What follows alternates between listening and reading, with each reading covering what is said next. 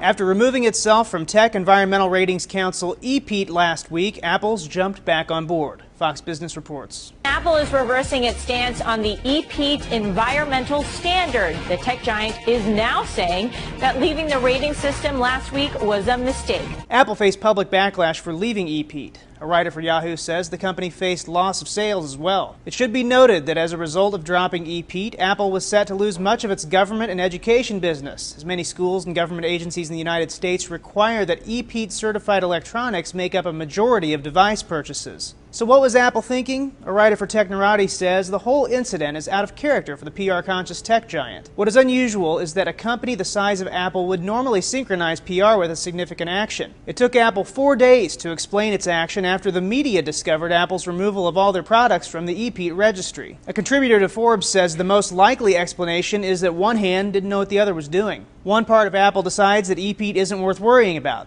Thus, the decision is made to withdraw. As the implications of the decision filter through to that part of Apple it sells to governments, a certain heated internal debate takes place. The decision is withdrawn.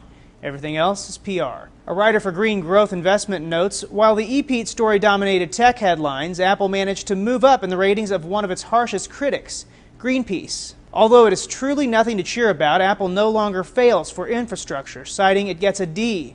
And it moved up from a D to a C for power efficiency and greenhouse gasoline emissions mitigation, and for use of renewables and advocacy on them. Apple shares rose 1.3% Friday after the announcement. For Newsy, I'm Nathan Byrne, multiple sources, The Real Story.